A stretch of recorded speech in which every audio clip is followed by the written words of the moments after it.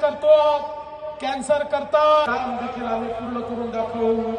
बंधू भगिनींनो, मला या निमित्ताने सांगायचं, ही निवडणूक केवळ आम्ही एखादा महापौर बसावा याकरता पाहत नाही।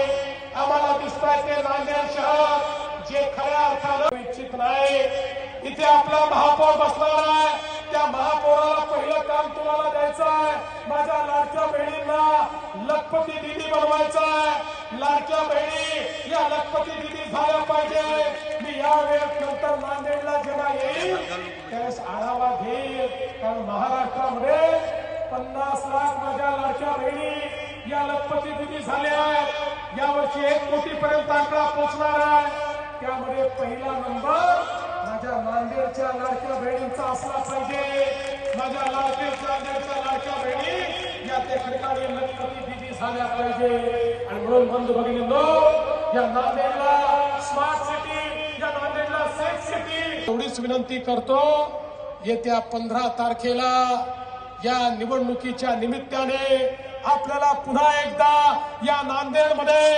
अशोकरावांच्या नेतृत्वात एक मोठं कार्य करून दाखवायचंय। 15 तारखेला मतदानाला गेल्यानंतर ज्या ठिकाणी कमळ दिसेल तिथली बटन आपल्याला दाबायची आहे। मी तुम्हाला आश्वस्त करण्याकरता आलो आहे, 15 तारखेला कमळाची काळजी तुम्ही घ्या। 16 तारखेपासून 5 वर्ष तुमची काळजी आम्ही घेऊ, हा विश्वास तुम्हाला मी देतो। आणि पुन्हा एकदा या नांदेडच्या विकासाचा संकल्प या ठिकाणी करून माझे 2 शब्द संपवतो। धन्यवाद। जय हिंद, जय महाराष्ट्र।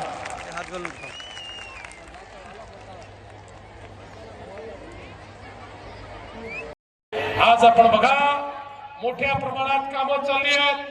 भूमिगत गटार योजनेचं 300 ही सगळी कामं का होऊ शकतायत?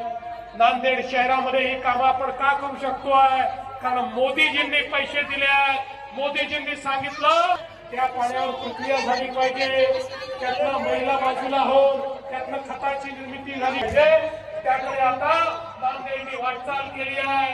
मोदीजींच्या नेतृत्वात पाणी पुरवठा योजनेला मिळाली आहे। निर्मूलना करते